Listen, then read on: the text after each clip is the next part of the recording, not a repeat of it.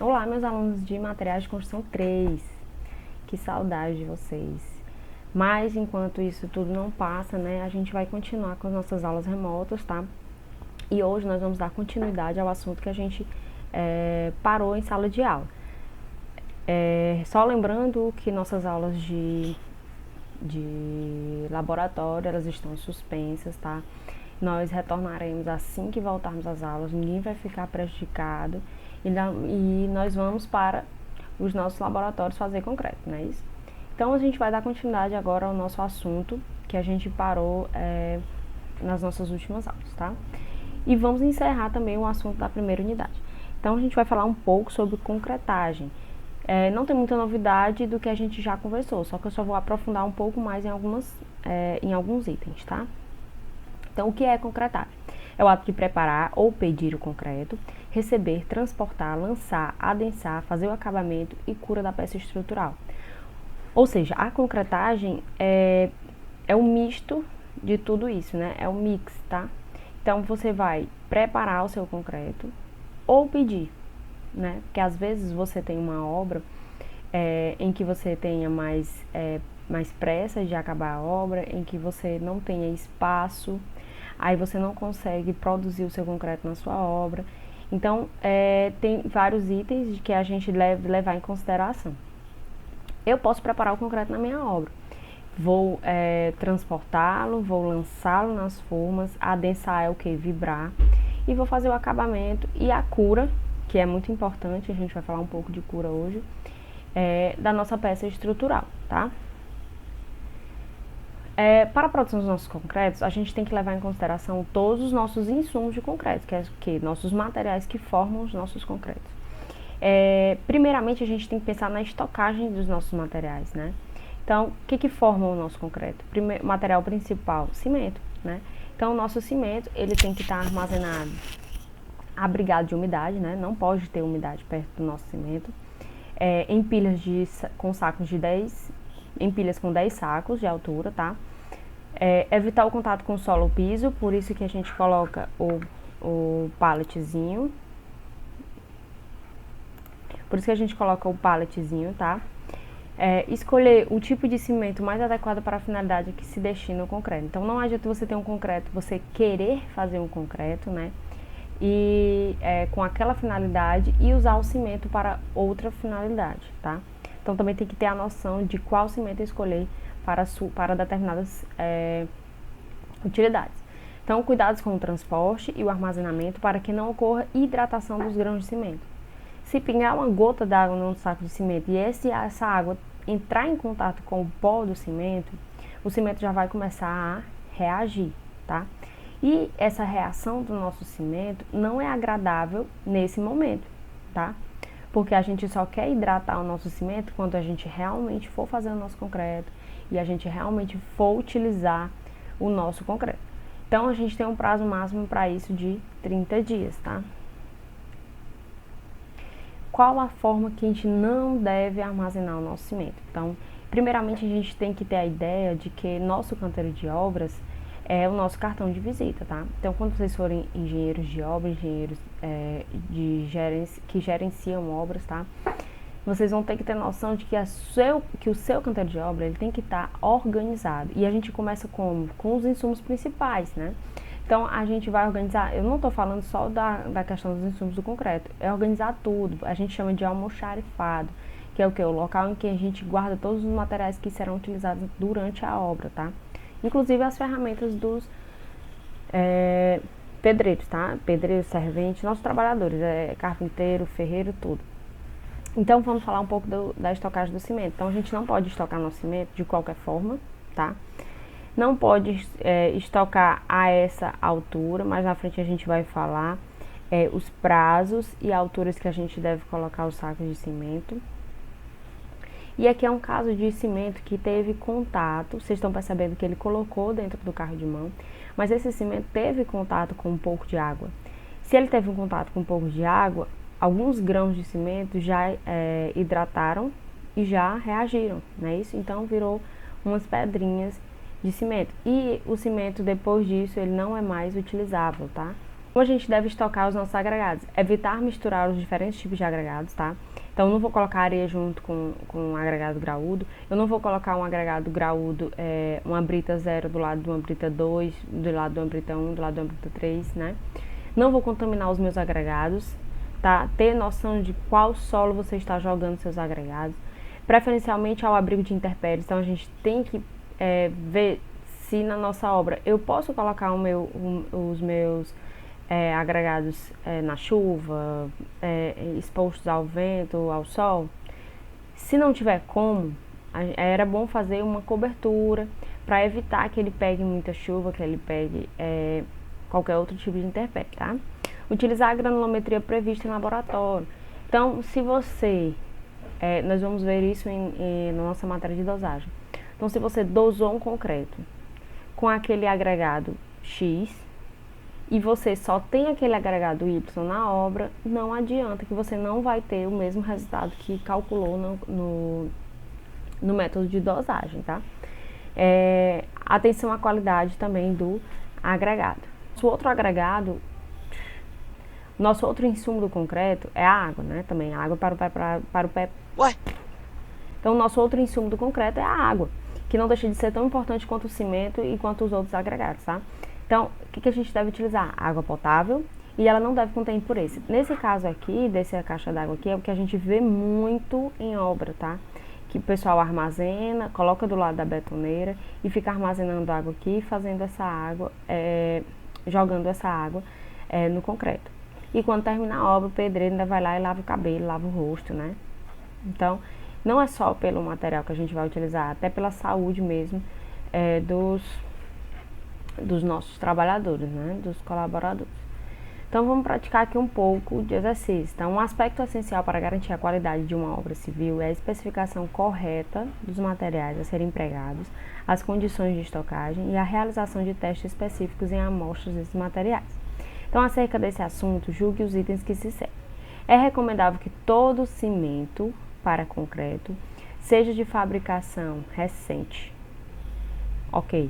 Sua estocagem não deve ultrapassar 3 semanas, se ensacados, e 5 semanas, no caso em que forem embalados em containers, né? Que você consegue comprar em uma quantidade maior, que não seja 50 quilos, que é o nosso saco padrão de cimento, tá? Então, isso está certo ou errado?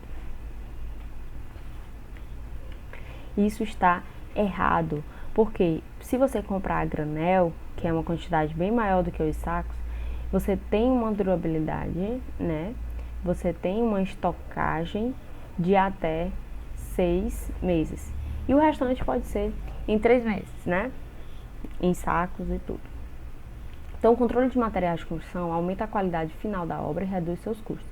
A respeito disso, julgue os itens subsequentes.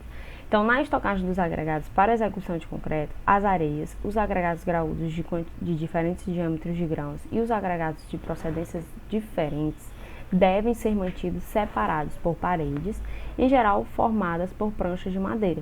Então, o que aqui está falando? Organização de canteiro. Então, está correto, né? E tem normas falando sobre isso, tá, gente? Não sou eu que falo, nem é outro professor que fala para vocês. Então, são normas.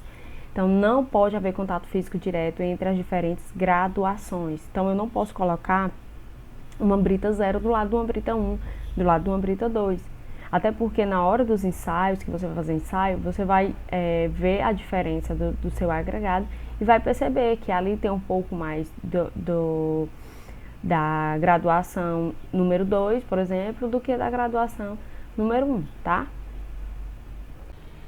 A especificação correta, as características, a estocagem e o controle de qualidade apropriado são requisitos fundamentais para a boa utilização de materiais de construção. Com relação a esses materiais, julgue os itens seguintes. Então, na obra, os sacos de cimento para a confecção de concreto de cimento Portland devem ser empilhados em uma altura de, no máximo, 10 unidades, quando permanecerem estocados por 15 dias. Isso aqui também é norma, tá? Então, está correto. Então, se você vai deixar até 15 dias, então menos de 15 dias, você pode estocar até 15 sacos de cimento, tá? Se vai ficar mais de 15 dias, você só coloca 10 sacos de cimento. Vamos para a etapa de mistura, tá? O que é a mistura? É o ato de juntar intimamente, né, os nossos materiais utilizados na produção do concreto. Então, as duas qualidades básicas de uma boa mistura são homogeneidade e integridade, tá? E o que é homogeneidade? Você vai olhar para a sua mistura e ela tem que ter a mesma composição em toda a sua massa, tá? Integridade, as partículas sólidas, elas têm que estar todas em contato com a água, não é isso? Isso significa o quê? Que os grãos, que eu falo isso muito em sala de aula, que os grãos de cimento têm que estar todos envolvidos com água, que isso forma uma pasta, e essa pasta tem que envolver todos os grãos de areia e todos os grãos do nosso agregado graúdo tem que estar envolvido pela argamassa, não é isso? Então isso a gente chama de integridade. E quais são os tipos de mistura, né? Nós podemos fazer uma mistura manual e uma mistura mecânica, tá? Então a vida da mistura, a gente pode, eu já até falei isso em sala de aula, que o máximo que a gente pode dar de tempo, a partir do momento que eu jogo água na minha betoneira, é de 2h30. Isso no nosso clima, tá? Se for um clima mais frio, pode ser até 3 horas. Então, até 2h30, após jogar água na betoneira, nós não podemos mais utilizar esse concreto, tá? Por quê? Porque ele já começa a pegar, tá certo? Então, atenção, a vida da mistura, que é o tempo, além do acima, engloba transporte na obra, lançamento e adensamento. Então, não é só o tempo que ele está lá na betoneira, isso envolve também o quê? O tempo que eu levo para levar esse meu concreto, isso no caso de concreto usinado, o tempo que para lançar nas minhas formas, no caso de estruturas que tenham mais de um pavimento, isso demora mais para levar o concreto até o outro pavimento, e o adensamento, que é a vibração. Então, essas 2h30 inclui tudo isso. Então, quando terminou 2h30, você já deve ter lançado e adensado o seu concreto. E ele está lá prontinho, só para receber a cura quando começar a pega do concreto. Então, a mistura manual, ela pode ser utilizada em pequenas obras, tá? Ou para pequenas quantidades. Então, quais são as desvantagens? Então, ele consome muito mais tempo de preparo, né? Isso, porque precisa da mão de obra 100%, óbvio, né? Que além de você carregar o material dos silos, você também vai ter que fazer a mistura.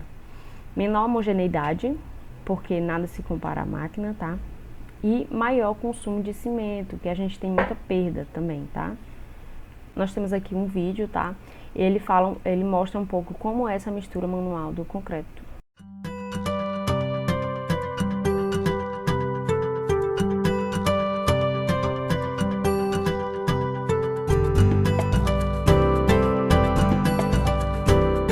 Hoje vamos ver o processo de preparação manual do concreto de acordo com o tipo de uso. O concreto pode ser magro ou estrutural. O concreto magro é usado para lastros, contrapisos, camadas de proteção, envelopamento de tubos, bases de blocos e muitos outros. O concreto estrutural, como o nome diz, serve para ser usado em elementos estruturais, como pilares, lajes ou mesmo na alvenaria estrutural. Define-se por elementos estruturais todas as peças que são responsáveis por aguentar os esforços aos quais a estrutura é submetida, como o peso dos blocos da construção, a ação do vento, etc. Para preparar o concreto estrutural, é preciso a intervenção de um engenheiro civil capacitado para analisar a resistência necessária e ajustar a proporção de cada material a ser utilizado para que a construção não venha a sofrer nenhum problema como o colapso da estrutura, baixa durabilidade ou outro tipo de patologia. As ferramentas necessárias para o preparo manual são enxada, pá, maceira, carrinho de mão para maiores quantidades, lata de 18 litros vazia, pode ser uma lata reaproveitada de tinta, e colher de pedreiro. Os EPIs, equipamentos de proteção individual, necessários para os trabalhadores são luvas, botas, capacete e óculos de proteção. Pronto! Agora começam os passos de preparo do concreto. Coloque a areia na maceira, formando uma camada de cerca de 15 centímetros de altura. Sobre a areia, coloque o cimento. Com uma pá ou enxada, mexa a areia e o cimento até a mistura ficar uniforme. Espalhe a mistura na macieira formando uma camada de 15 a 20 centímetros de altura. Coloque a brita sobre esta camada, misturando muito bem. Usando a enxada, faça um monte com um buraco no meio, como uma coroa. Adicione a água aos poucos enquanto faz a mistura até obter a massa com a textura desejada. Dicas importantes: nunca prepare o concreto diretamente no chão. Use sempre a macieira para evitar perda de material. Nunca use latas amassadas e sempre nivele o conteúdo das latas para que não haja diferença nas proporções dos materiais da mistura. Hoje falamos sobre o preparo manual de concreto. Até a próxima!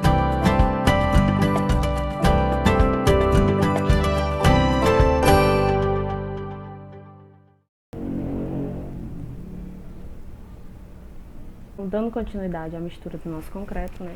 Agora nós vamos falar da mistura mecânica, né? E a gente usa, praticamente, as betoneiras, tá? Essas betoneiras estacionárias, que são essas, geralmente a gente usa essas de 400 litros, tá? Temos também esse outro tipo de betoneira de 600 litros, que a gente utiliza essa parte aqui da betoneira para armazenar o material e já jogar dentro da betoneira, para não precisar o servente jogar com a pá, tá? Ou seja, aqui a gente tem menos perda de material. Então, quais são as vantagens? Menor tempo de preparo, maior homogeneidade, menor consumo de cimento, né? A gente tem menos perda, né? E recomendações básicas. Então, o tempo da mistura, a velocidade de rotação e a ordem de colocação dos materiais. Então, a gente tem um tempo de mistura mais rápido, né? Isso. A velocidade de rotação é constante, tá? Do que a gente vai fazer nas misturas quando ela é manual. E a ordem de colocação dos materiais, a ordem é a mesma, tá? Mas esse carregamento, quando é desse material aqui, ó, quando é nesse tipo de betoneira, a gente tem bem menos perda, né? Como eu já falei. Então, qual a ordem de colocação dos nossos materiais na betoneira, né? Então, a gente coloca primeiro uma parte da água de amassamento, coloca o agregado graúdo todo, coloca o cimento, coloca a areia e depois coloca o restante de água, tá? Então, os caminhões betoneiros. Então, são equipamentos que tanto podem produzir concreto, porque você pode colocar o seu material dentro do caminhão e ele vai produzir já lá nele, tá? Como ele também pode só transportar. O concreto tá pronto, então eu vou chamar esse caminhão betoneiro, vou encher e ele vai transportar o meu concreto, tá? Então, ele serve para misturar e para efetuar uma descarga do nosso material misturado, que é o concreto. Então, aqui vou colocar um vídeo para vocês de como funciona uma usina de concreto, tá?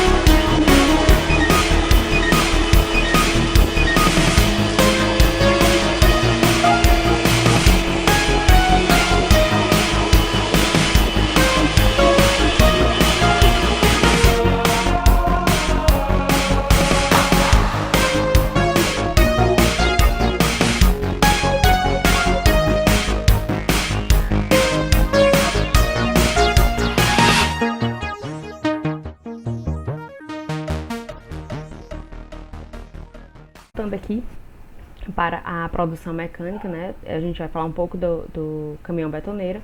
Então, o nosso caminhão betoneira, ele tem as seguintes necessidades, características, vantagens e desvantagens. Então, eles requerem a existência de uma central dosadora, óbvio, né? Que a gente precisa de uma dosadora para poder colocar o nosso concreto dentro do caminhão, ou colocar até os insumos também dentro do caminhão. A central dosadora, ela pesa cada insumo, direcionando-os para a caçamba, com exceção da água, que ela é medida em volume, tá? Com auxílio de um hidrômetro. Então, como a gente já mostrou no vídeo, lá na central dosadora são colocados os materiais, e esses materiais, antes de serem misturados, eles são pesados, porque a gente sempre faz uma dosagem. Então, por isso que é importante fazer dosagem dos nossos concretos. Então, ele nos dá maior agilidade, né, uma grande agilidade, e sofre a ação do meio, em função de quê? Da temperatura e da distância. Então, quando a gente fala de concreto na obra, a gente não sofre tanto com temperatura e distância. Por quê? Fiz meu concreto, joguei na minha forma, tá? Lancei e adensei. Quando a gente compra concreto de usinas, tá? Quando a gente compra de usina, central dosadora, a gente tem um problema da distância. Então, podem ocorrer imprevistos, não é isso? Então, isso é um pouco da desvantagem do nosso caminhão betoneiro. Então, quais são as recomendações básicas? Em climas quentes, a água necessária deve ser adicionada em 2 etapas. Então, quando o clima é muito quente, lá na usina é colocada uma quantidade certa de água, e quando chega na obra é colocado o seu complemento. Nada de água a mais, tá? Então, o concreto somente deve ser pedido quando todas as etapas que antecedem a concretagem estejam ok. Ou seja, você vai pedir o concreto agora e já vai começar a montar as formas. Não, errado. Então, pedir o concreto, todas as formas têm que estar no ponto, os equipamentos têm que estar no ponto, o pessoal tem que estar esquematizado e o transporte tem que estar definido. O que eu falo de transporte definido? Então, quando a gente tem um prédio de vários pavimentos, tem uma tubulação própria, tem uma bomba que bombeia esse concreto até chegar lá no pavimento que você quer concretar. Então, evitar imprevistos, tá? Então, evitar o excesso de batimento, né? Provoca a saída do agregado graúdo, que é as nossas segregações que a gente já estudou. E reduz a água, consequentemente, o slump baixa, né? Para a concretagem de um tubulão cilíndrico, o que é um tubulão? É uma fundação, tá? E é uma fundação cilíndrica, com diâmetro igual a 160 centímetros, ou seja, 1,60 m, e a altura de 6 metros, deve ser encomendado concreto e ser transportado em caminhão betoneiro. Recomenda-se que o volume mínimo de entrada de concreto não seja inferior a 1/5 da capacidade máxima do caminhão betoneiro, tá? Então, você tem que pedir, para você pedir concreto no caminhão betoneiro, nesse caso, não pode ser inferior a 1/5 da capacidade máxima do caminhão. Então, considerando que os caminhões serão carregados com 2/3 da capacidade máxima de 10 metros cúbicos, há necessidade de... Então, se eu tenho o diâmetro e eu tenho a altura do meu tubulão, eu tenho como calcular o volume, não é isso? Então, calculando o volume, eu encontro a área da base vezes a altura, não é isso? E eu encontro aqui o volume de concreto que eu vou precisar para concretar o meu tubulão. Só que eu só tenho que o meu caminhão, ele só pode ser carregado com 2/3 de sua capacidade total. A capacidade total dele é de 10 metros cúbicos. Então, 2/3 vezes 10, nós temos 6,66 metros cúbicos. Então, num caminhão vai ser carregado 6,66. Só que eu preciso de 12, né? Então, quantos caminhões eu precisaria? 12 dividido por 6,66, precisaria de 2 caminhões. Então, gente, fica para vocês esse exercício proposto, tá? Para vocês calcularem de acordo com aquele exercício que a gente calculou de volume de concreto, tá? E esse primeiro exercício para você calcular o preço do metro cúbico, tá? O preço da planilha toda, tá? Que a questão te dá o preço do metro cúbico. E aqui vocês calcularem o peso da estrutura. Então, isso aqui vocês vão se deparar muito no próximo período, porque vocês têm que saber o peso próprio da estrutura de vocês, tá? Então, como é que eu calculo o peso próprio de uma estrutura de concreto armado? Então, sabemos que o peso de concreto armado, ele é 2.500 kg por metro cúbico. Então, se eu tenho a cada metro cúbico 2.500 kg, E se eu tiver o volume todo, eu tenho o peso da minha estrutura, tá? Então, vai ser essas dimensões aí, né? Nós teremos essas dimensões e teremos, de acordo com essa nossa imagem aqui do slide, tá? Então, dando prosseguimento, vamos para os transportes. Então, seja qual for o método de transporte, o concreto deve chegar ao local de descarga na melhor condição possível de homogeneidade, tá? E dentro do período de tempo que antecede o início de pega do cimento. Então, dentro daquelas 2h30, tá? O meio de transporte deve evitar a perda de argamassa ou parte de cimento do concreto, prejudicando a trabalhabilidade e desempenho mecânico. O sistema de transporte a ser empregado depende das características da obra, tá? Então, o volume de concreto da obra, quantidade em relação ao tempo, das características de trabalhabilidade desse concreto para ser utilizado, das condições de local de lançamento, tá? Então, haveria controle de qualidade nesse transporte?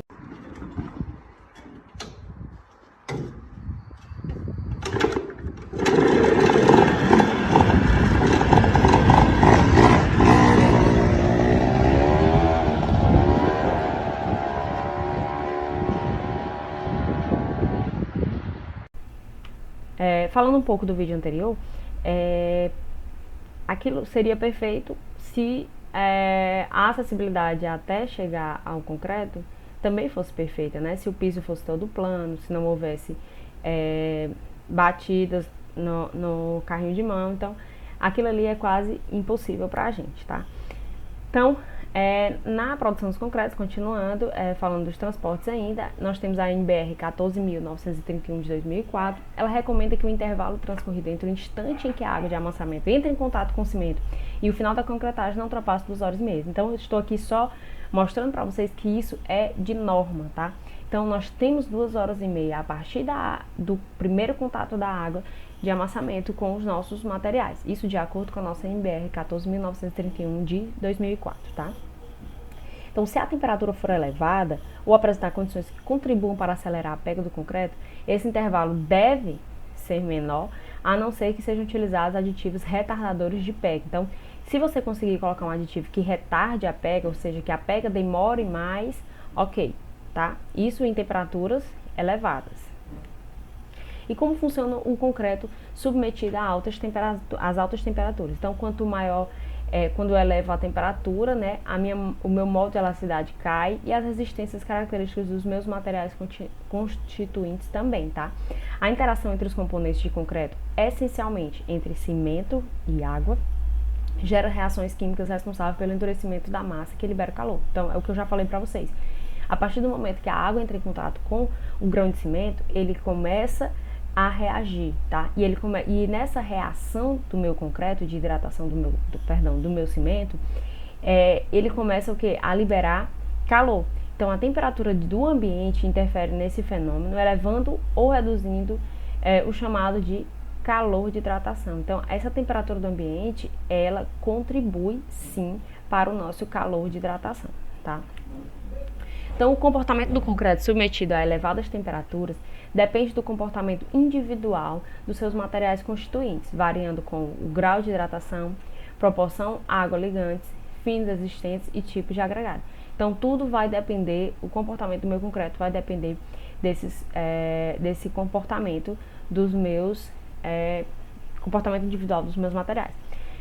Então, quando eu tenho um clima quente, então, o meu clima quente, ele aumenta a perda de abatimento, tá? Então, o meu concreto vai secar muito rápido. Fissuração por retração plástica, tá? Porque a água vai começar a evaporar e os grãos de cimento não vão reagir. Redução do tempo de pega do concreto fresco, então ele não vai demorar tanto a pegar. Jogou na forma, vibrou, ele já está pegando, tá? Exige reamassamento do concreto. E isso nos dá um problema que a gente tem muito aqui. Então, o nosso concreto, ele exige muito reamassamento. E o que o pessoal faz? Coloca mais água, além da água calculada na dosagem, tá? Como é que eu consigo fazer isso? Como é que eu controlo essa minha temperatura? Então, eu vou resfriar a minha água ou eu vou usar gelo, tá? E nós temos esse gráfico aqui, que ele é do livro Meta e Monteiro, que é esse livro aqui. O que ele diz? Se eu conseguir substituir 54 quilos de água a 7 graus Celsius. O que é essa substituição de 54 quilos? Então, nós fazemos um traço lá em dosagem, a gente dosa um traço, e nesse traço tem uma quantidade certa de água. Então, vamos supor que nesse traço eu teria 100 litros de água, que significa 100 quilos, tá? Então, eu tenho 100 quilos de água, e eu vou tirar 54 quilos dessa água, que eu vou usar normal, temperatura ambiente, e vou substituir por uma água a 7 graus Celsius, tá? Então, quando eu substituo a 7 graus Celsius, o que vai ocorrer? Haverá uma redução de 3 graus Celsius na temperatura do meu concreto. E isso vai me dar melhoras se a minha temperatura for muito alta. E vamos falar um pouco de adensamento, tá? O concreto compacto é o concreto compacto com o mínimo de vazios. Então, o mínimo de vazios que você tiver no seu concreto é melhor. Só que a gente tem que ter um cuidado, né, nesse nosso adensamento. Então, o nosso adensamento ele pode ser manual e pode ser mecânico, tá? Esse aqui é um tipo de manual. Vocês estão vendo que ele colocou o concreto na armadura, ou na forma, e está vibrando com uma madeira aqui, né? Um pedaço. E está vibrando, colocando dentro do pilar. O adensamento deve ser realizado criteriosamente para que não ocorra segregação dos materiais ou a formação de ninhos, tá? Evitando a vibração da armadura e consequentes prejuízos na aderência do concreto ao aço. Então, o que a gente tem que evitar? Vibração excessiva, tá? Evitar essa segregação dos nossos materiais e evitar essa formação de ninhos, evitando também vibração da armadura, tá? E aqui é um vídeo de como é a concretagem.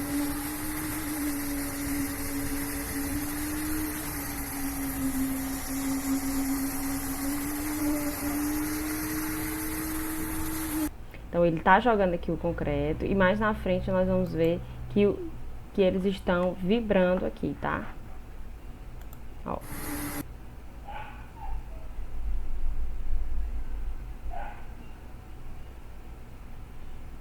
Aqui, ó. Tá ocorrendo a vibração. Tá ocorrendo a vibração. E aqui, o que acontece quando a gente faz a vibração do nosso concreto? Ó, vocês estão vendo que estão subindo bolhas de ar, tá? Então, a vibração é para isso, pra gente ter um concreto homogêneo. E a cura. Então, relembremos por sua importância que o concreto, na sua preparação, recebe certo teor de água que é necessária para. Então, a água que é colocada na dosagem do concreto só serve para as reações que farão com que o cimento se torne um colante de qualidade, tá? E isso leva dias. Então, você não só jogou a água e o seu cimento está hidratando naquela hora que você jogou a água.